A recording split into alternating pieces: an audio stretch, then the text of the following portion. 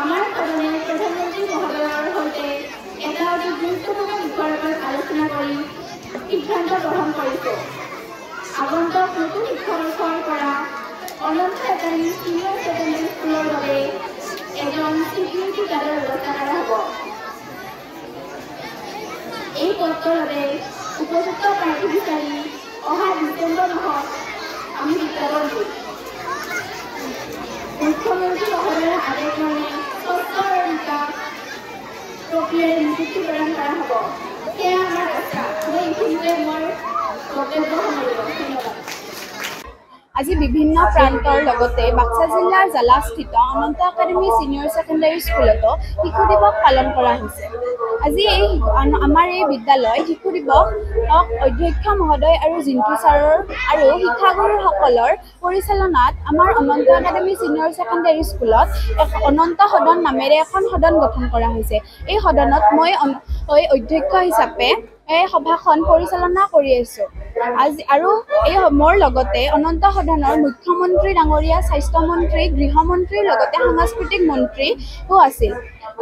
আৰু ৰাতিপুৱাৰ কাৰ্যসূচী স্মৃতি দৰ্পণ সফলভাৱে সমাপ্তি হৈছে। এতিয়া মুকলি সভা চলি আছে। মই আজি এই 14 নৱেম্বৰৰ এই উল্লেখযোগ্য দিনটোত সমগ্ৰ ভাৰতবৰ্ষৰ লগতে পৃথিৱীৰ বিভিন্ন প্ৰান্তত শিশু দিৱস হিচাপে পালন কৰি আহিছে। এই প্ৰাকখনত সকলোলৈ মই আন্তৰিক শুভেচ্ছা অভিনন্দন জ্ঞাপন কৰিছোঁ। আমি অনন্ত একাডেমী ছিনিয়ৰ ছেকেণ্ডাৰী স্কুলৰ তৰফৰ পৰা আমিও এই শিশু দিৱসৰ এই অনুষ্ঠান আয়োজন কৰিছোঁ। আৰু এইবাৰ কিন্তু আমি অলপ ব্যতিক্ৰমধৰ্মী ধৰণে এই অনুষ্ঠান আয়োজন কৰিবলৈ চেষ্টা কৰিছোঁ।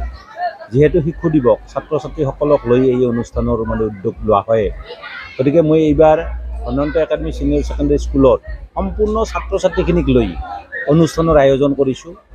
প্ৰথম আমাৰ এই অনুষ্ঠানত ছাত্ৰ ছাত্ৰীসকলৰ নিজৰ যিটো বৌদ্ধিক বা সাংস্কৃতিক বা অন্যান্য যিবিলাক তেওঁলোকৰ প্ৰতিভা আছে, এই প্ৰতিভাবিলাক বিকাশৰ কাৰণে তেওঁলোকৰ গীত, নৃত্য বা অন্যান্য ধৰণৰ যিবিলাক তেওঁলোকৰ প্ৰতিভা আছে, সেইবিলাক বিকাশৰ কাৰণে সম্পূৰ্ণ মঞ্চ এৰি দিছোঁ। তেওঁলোকে সেইবিলাক প্ৰদৰ্শন কৰিব। আৰু লগতে ছাত্ৰ ছাত্ৰীসকলৰ বাকপটুতা আৰু ছাত্ৰ ছাত্ৰীসকলৰ জ্ঞানৰ যিটো পৰিসৰ বৃদ্ধিৰ কাৰণে এটা নতুন কৌশল ল'বলৈ চেষ্টা কৰিছোঁ। যে আমি অসম চৰকাৰৰ যেনেকৈ এখন বিধান পৰিষদ থাকে, ঠিক তেনেকৈ আমি অনন্ত সদন বুলি এখন সদন প্ৰস্তুত কৰি ইয়াত সদনৰ ঠিক তেনেকৈ অনন্ত সদনৰ ইয়াত মুখ্যমন্ত্ৰী, ইয়াত অধ্যক্ষ, ঠিক তেনেকৈ শিক্ষামন্ত্ৰী, স্বাস্থ্যমন্ত্ৰী, যি দপ্তৰবিলাক সাধাৰণতে দৰকাৰ হয়, তেনেকুৱা দপ্তৰ কিছুমান বিতৰণ কৰি ছাত্ৰ ছাত্ৰীক আমি তাত দায়িত্ব দিছোঁ। আৰু তেওঁলোকে আজি সুন্দৰভাৱে গোটেই অনুষ্ঠানটো সভাপতিত্ব কৰিছে আমাৰ অনন্ত সদনৰ অধ্যক্ষ মহোদয়। ঠিক তেনেকৈ মুখ্যমন্ত্ৰী আমাৰ অনন্ত সদনতে উদ্বোধন কৰিছে। শিক্ষামন্ত্ৰীয়ে বিভিন্ন শিক্ষানুষ্ঠানৰ যিবিলাক আমাৰ পৰিকল্পনা সেইবিলাক তেওঁ ব্যাখ্যা কৰিছে। কিন্তু আল্টিমেটলি দেখা গৈছে যে ছাত্ৰ ছাত্ৰীসকলে এইবিলাক কাম কৰি এটা আনন্দ উপভোগ কৰিছে। আৰু লগতে এই যে বক্তব্যৰ মাজেদি তেওঁলোকৰ অধ্যয়নৰ যিটো জ্ঞান আয়ত্ত কৰাৰ যিটো তেওঁলোকৰ আগ্ৰহ, সেইটো যথেষ্টভাৱে আজি ইয়াত ফুটি উঠিছে। গতিকে মই সেইকাৰণে এটা খুব আজি আনন্দিত, তেওঁলোকে ছাত্ৰ ছাত্ৰীসকলে আন্তৰিকতাৰে এইবিলাক অনুষ্ঠান গ্ৰহণ কৰিছে।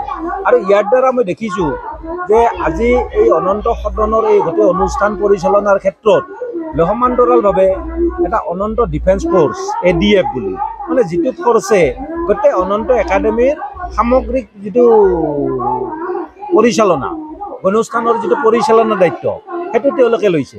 ইয়াত যিটো অনুশাসন, ইয়াত যিটো শৃংখলাবদ্ধতা, এই গোটেইবিলাক তেওঁলোকে সুন্দৰভাৱে পৰিচালনা কৰিছে।